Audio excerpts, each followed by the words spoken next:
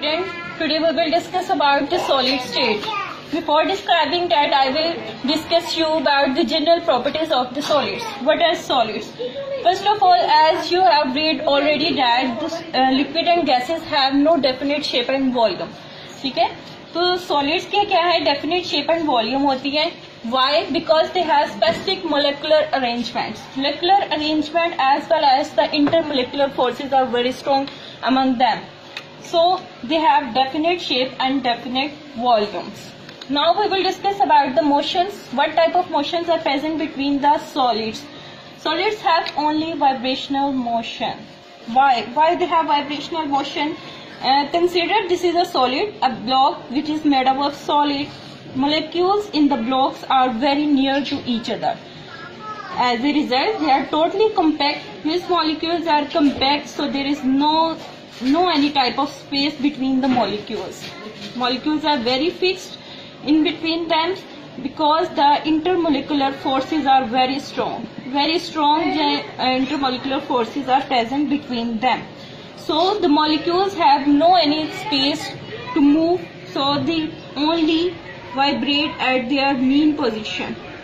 Vibrate around their mean position, so they have only vibrational motion, no any kind of kinetic energy. Only vibrational kinetic energy. Okay, we will discuss now the typical properties. What are the typical properties? First of all, we will discuss the melting points. What is the melting point?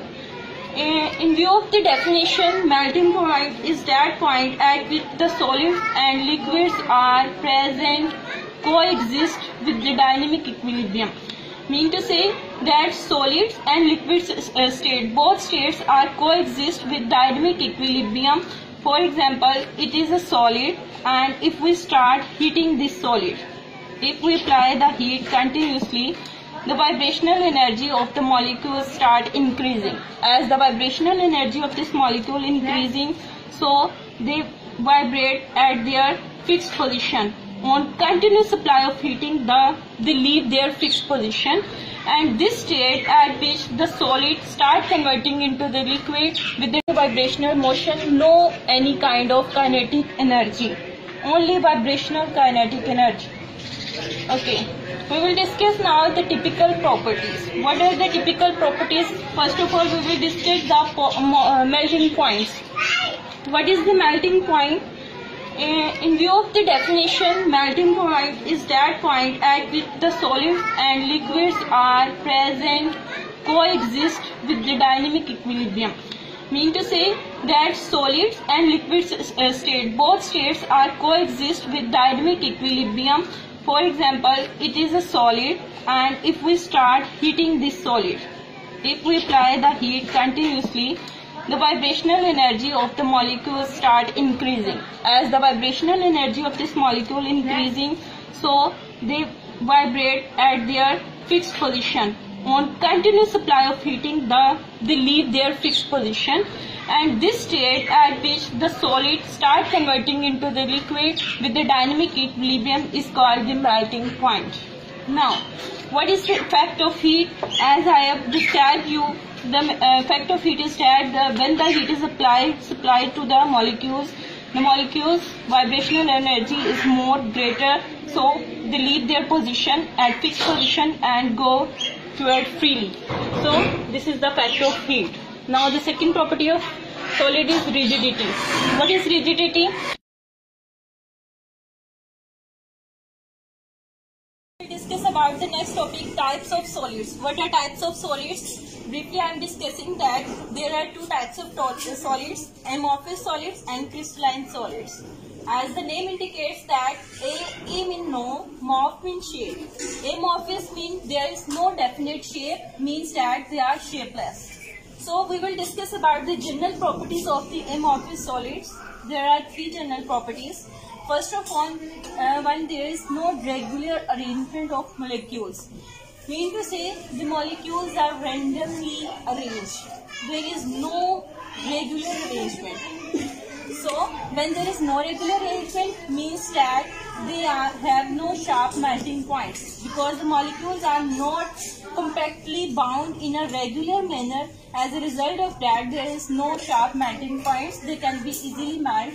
So there are the examples: rubber, plastic, etc. Some examples of other amorphous solids are the plastics we buy from the bazaars, and they can be easily melted by giving them some temperature. So now the second topic is the crystalline solids. As the name indicates that the crystalline solids have special type of crystalline form. First of all, I will tell you about the crystal. What is the crystal? Before describing that, I will discuss you about the sodium chloride structure. In the sodium chloride structure, you have seen that the molecules in the sodium chloride structures have positive and negative signs. Means sodium bears partial positive charge, and chloride ions bear negative charge. As a result of this positive and negative, they attract each other. As a result, they are completely bound to each other and form a compact structure, highly compact structure. And you can see that the molecules in these structures are arranged in a regular manner. So because of that, they are strongly bound to each other.